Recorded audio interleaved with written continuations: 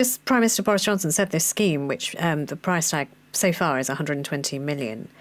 He said it would save countless lives from human trafficking.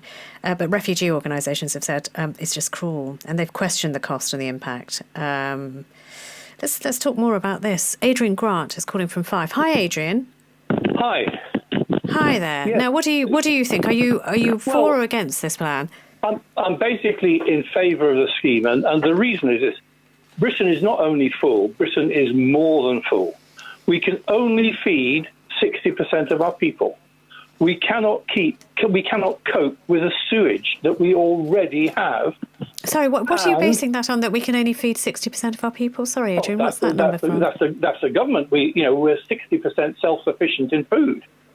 Oh, you're talking about self-sufficiency, but we do, we're not starving 40% of the population. We import the rest. That's what you're saying.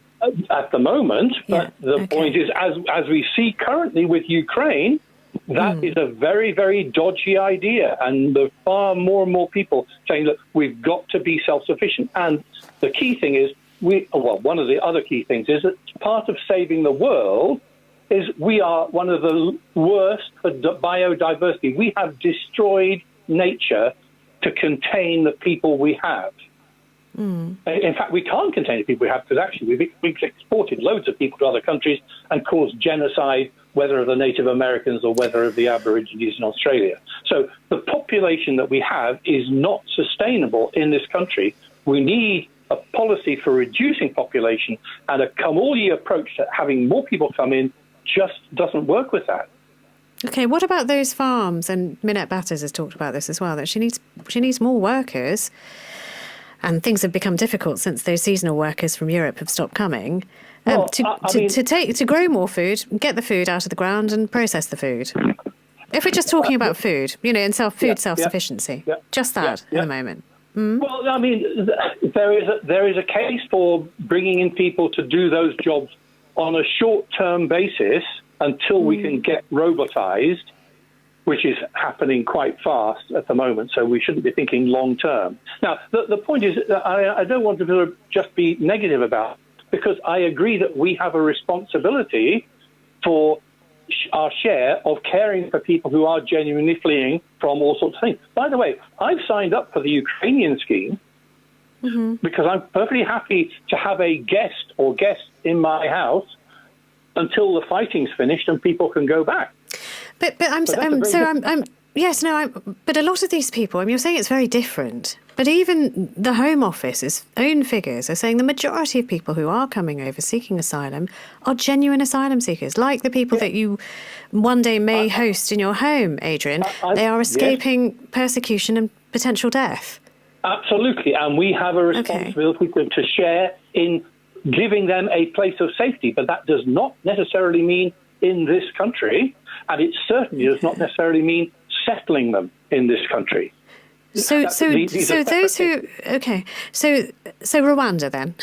Rwanda this is not a country that they would wish to go. They may not have any family or connections here. And until last year, this government was worried about Rwanda's human rights record. Are you comfortable with people who are vulnerable, traumatised, being sent there?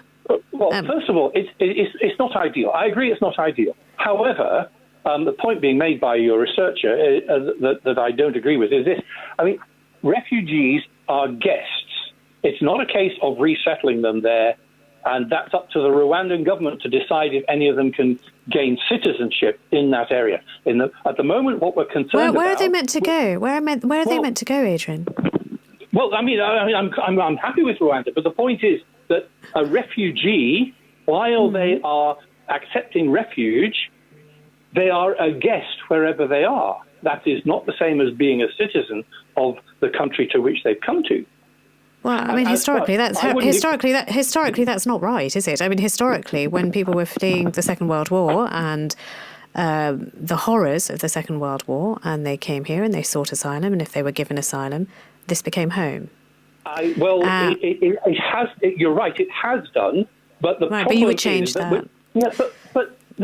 When the refugee system was set up, the world population was 1/3 of what it is today, and international travel was virtually impossible. So, if you like, compare it with student fees.